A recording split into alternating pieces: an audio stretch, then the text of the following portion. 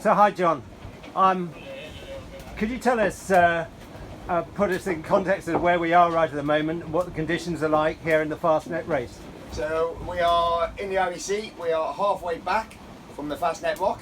We've been 3 days upwind to get to the Fastnet Rock, and it's been a brutal bash with some real high winds elements and big seas, and now we've turned around the rock and now we're hooning back, doing between 8 and 13 knots, downwind, down waves, and winds behind us, and all feeling great. So there's been a lot of publicity about the start of this race. How did you manage and cope, and how did you find the actual conditions?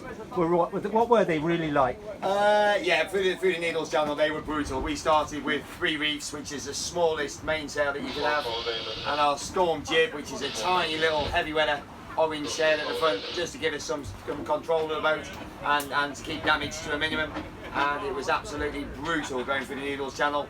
We ducked round the side, round Christchurch Bay, just to keep it down a little bit. There was loads of damage, boats coming back, boats retiring, and we got through it all right. And you're pleased with the way the boat's going generally? Yeah, boat's going great guns. Yeah, really good. Boat's great, crew's great. Hit 13 knots in the last half an hour, just coming downwind, down waves, and yeah, we're aiming for a 200-mile day today. Right, and we did have a chat a few minutes ago with Adam. Now, he's an amazing member of this crew. I mean, in fact, the whole crew are just fabulous. But what sets Adam apart? Why is he quite so special to you, and certainly of interest to the wider viewers?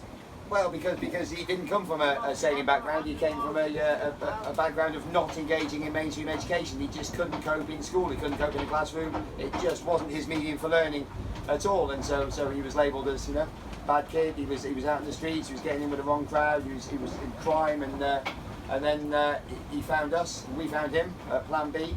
And we gave him a vocational education in carpentry, boat building, and the marine industry skills, such as these, sailing, for example. And that's what we do. We use the marine industry to give kids like Adam a chance at learning and achieving and being their best selves. And how did he find you, or did you find him? How does someone who knows a child or a teenager or a youngster get in touch with you? How do you take people on? So it normally comes from the schools or the local authority. Adam was very lucky. He was at Broome Park School, or he wasn't at Broome Park School, but the deputy head knew of us, a lovely guy called Mike Jones, and saw some great things in Adam while everyone else was seeing doom and gloom. He really saw a fantastic young man that had potential, just not in the classroom.